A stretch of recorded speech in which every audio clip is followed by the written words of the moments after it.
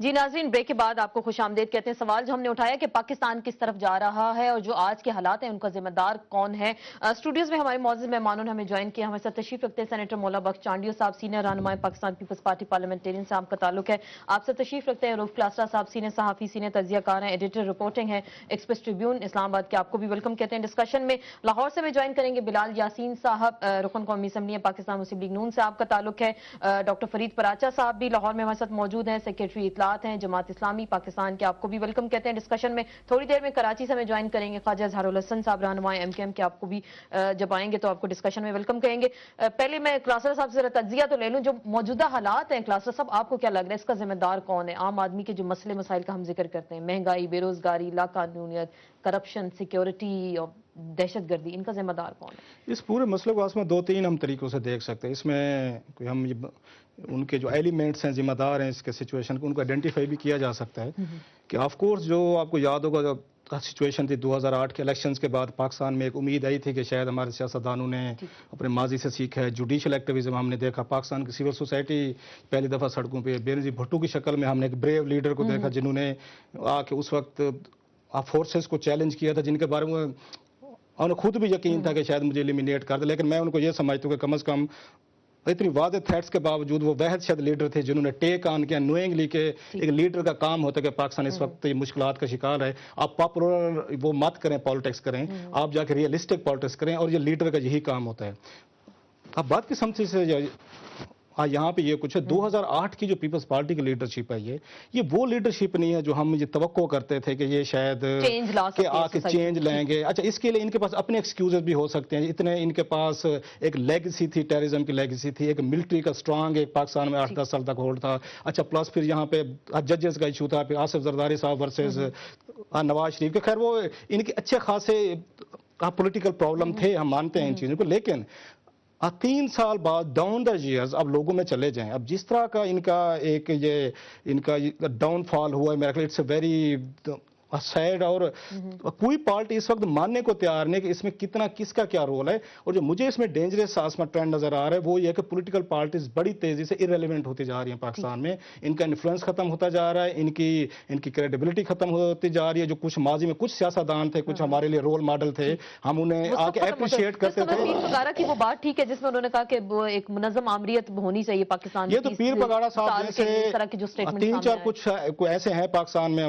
یہ سیاسی کردار ہیں جو ہر دور میں خوش رہتے ہیں اور انہیں آپ کہہ سکتے پاور میں حصہ ملتا رہتا ہے، چاہے پاکستان میں ایک طریقے سے رکھا بھی جاتا ہے، اور اس میں اسٹیبلشمنٹ کا بڑا رول ہے اور پولیٹیکل یہ پارٹیز کا بھی بڑا رول ہوتا ہے۔ لہٰذا پیر پگاڑا صاحب چاہے پاکستان میں جمہوریت ہے تو بھی ان کے منسٹرز ہوتے ہیں، شیئر ہوتا ہے ان کا، پاکستان میں اگر یہاں پہ وہ آ جائے، امریت آ جائے تو اپنے آپ کو GHQ کا نمائندہ بھی کہتے ہیں، اور پاکستان میں سب سے زیادہ پولیٹیکلی طور پر انریبل بھی یہی لوگ سمجھے جاتے ہیں، جو پھانسیاں لگتے ہیں، جو سرعام قتل ہوتے ہیں، جو جا کے ایگزائل میں ہوتے ہیں، ان لوگوں کی نہ میرا خیال میڈیا رسپیکٹ کرتا ہے اور نہ وہ آ کے اس لیول کی آ کے پالیٹکس کر سکتے ہیں۔ سو پیر پگاڑا صاحب ہو گئے یا کچھ اور ایلیمنٹس ہیں، مولانا فضل الرحمان صاحب کو دیکھ لیں، میں ان کی تقریر آج سن رہا تھا کہ 3 سال آپ نے مزے کیے ہیں، سب کچھ کیا ہے، آج امریکہ بھی برا ہو گیا ہے، پیپلز پارٹی بری ہے۔ سو یہ پولیٹیشین بڑی تیزی سے میں کہہ رہا ہوں کہ یہ جو ہمارے یہاں ریلیجس آپ کہہ سکتے ہیں ایک ایکسٹریمزم بڑا ہے، انٹالرنس بڑی ہے، اور بڑی تیزی سے لوگوں کو احساس نہیں ہے کہ ان کی سپیس انکروچ ہو رہی ہے، اور ان کی جگہ جو فورسز آ رہی ہیں، ان کی جگہ جو فورسز آ رہی ہیں، جو آج وہاں پہ گفتگو کی ہے انہوں نے، یہ تھوڑا سا کچھ ریڈ کرنے کی ضرورت ہے، جو مولانا فضل الرحمان صاحب نے کی ہے، جو پیر پگاڑا صاحب نے کی ہے، شاہ محمود قریشی صاحب جو اپنی ایک نئی آ کے اپنا دکان یا سودا بیچنے کی کوشش کر رہے ہیں۔ مجھے کوئی سے لگ رہا ہے کہ 2012-13 کے جو الیکشنز ہیں، شاید جو ہماری موجودہ پولیٹیکل ایلیٹ ہے ان کے لیے آسان نہیں ہوگا۔ آپ کو لگ نہیں رہا کیوں چانڈیو صاحب آپ نے سنا ان کی ساری باتوں کو؟ ابھی کچھ دیر پہلے پرائم منسٹر نے کہا کہ اہم جو بحران ہے اس وقت ملک کے اور قومی امور ہیں وہ میرے دور میں ہی حل ہوں گے، 3 سال میں تو کچھ ہوا نہیں، تو 2 سال میں بھی ہم کچھ امید کریں گے کہ ایسا ہوگا؟ امید تو اچھی رکھنی چاہیے، اور جہاں تک تعلق پاکستان کے بحران کا ہے میں اس سے انکار کبھی نہیں کرتا، لیکن ایک بحران جنم لے اور اس کو دیانتداری سے حل نہ کیا جائے تو وہ دوسرے بحران کو جنم دیتا ہے۔ اسی انداز سے کوئی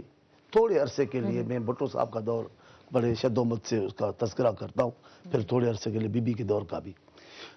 حل کرنے کی کوشش کی گئی، لیکن مسلسل آمریت اور آمریت کے پالے ہوئے اور آمریت کے ایجنٹوں کی حکومتوں نے ان بحرانوں کو بڑا کے ہمالیہ بنا دیا ہے. لیکن چانڈیو صاحب 3 سال تو ہو گئے، 3 سال بعد بھی اگر اس طرح کی ہمیں باتیں سنائی جائیں گی تو پھر تو عوام تو پھر پوچھیں گے نا. جب تک آپ یہ باتیں نہیں سنیں گی، جب تک اس باتوں کا صحیح تجزیہ نہیں کریں گی، ہر پروگرام میں بیٹھ کر آپ لوگ کہیں گے حکومت نے کیا کیا 3 سال میں، یہ بحران کبھی حل نہیں ہوگا.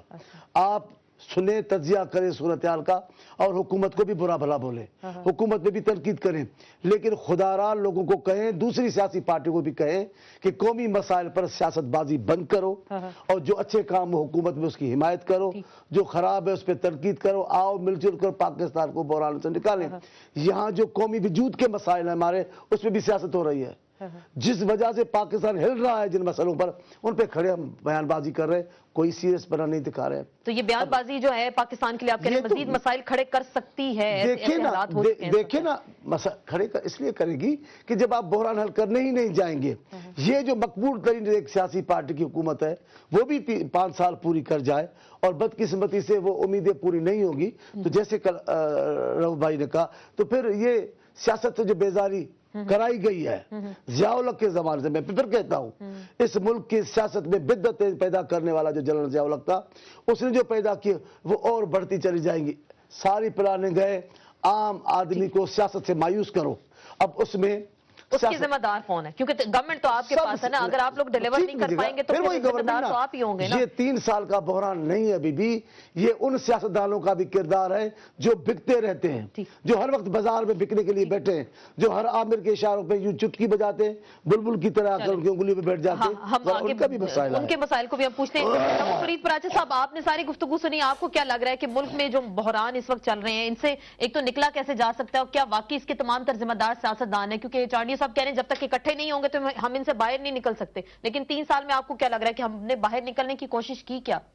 بسم اللہ الرحمن الرحیم. آسما، آپ نے جو فرد جرم گنوائی ہے اس میں بہت کم چیزیں آپ نے کی ہیں. بہت زیادہ لوگوں کے دکھ درد تو بہت زیادہ ہیں. آپ نے لوڈ شیڈنگ کا ذکر نہیں کیا، گیس شیڈنگ کا ذکر نہیں کیا. آج مزدور سڑکوں کے اوپر ہیں، آج ینگ ڈاکٹرز جو ہیں وہ سڑکوں پہ ہیں، پی ٹی سی ایل کے ملازمین اپنی بحالی کے لیے رو رہے ہیں. اور پھر آپ گنتے چلے جائیں، ڈرون حملے ہیں، ڈاکٹر آفیہ، پتہ نہیں اتنے مسائل ہیں.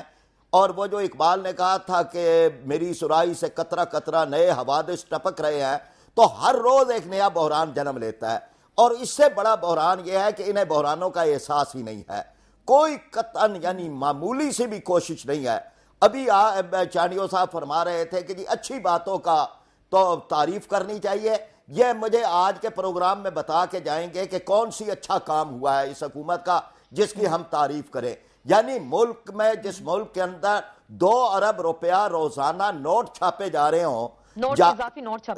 نوٹ چھاپے جا رہے ہوں، اور جہاں پر حکمران کرپشن اور لوٹ مار میں ابھی بھی لگے ہوئے ہوں، اور جہاں پر پیٹرول اور ڈیزل کی قیمتیں بڑھائی جائیں پہلے، پھر گھٹائی جائیں، اور گھٹنے والی قیمتیں پہلے سے بڑھی ہوئی ہوں، اور پھر اس کے بعد عوام کو دھوکہ دیا جائے، اور مجموعی طور پر آپ دیکھیں تو مطلب ایک عام آدمی محسوس کرتا ہے کہ اس حکومت کا ہمارے ساتھ کوئی تعلق ہی نہیں ہے. اور یہ باتیں، یہ ایک ہی ٹیپ چلا دینا، یہ ضیاء الحق، ضیاء الحق نے بہت زیادہ خرابیاں کی ہیں، آپ 1000 اس کی خرابیاں کریں. یہ جو 3 سال آپ نے گزارے ہیں، اس 3 سالوں کے اندر کس نے آپ کو روکا ہے؟ اس کا نام بتائے، کس فوجی حکمران نے ہے، اور کس آپ کو غصہ آتا ہے. ہمیں بھی آپ پہ غصہ آتا ہے. آپ بات سنیں اور بات سننے کا حوصلہ پیدا کریں، اور بات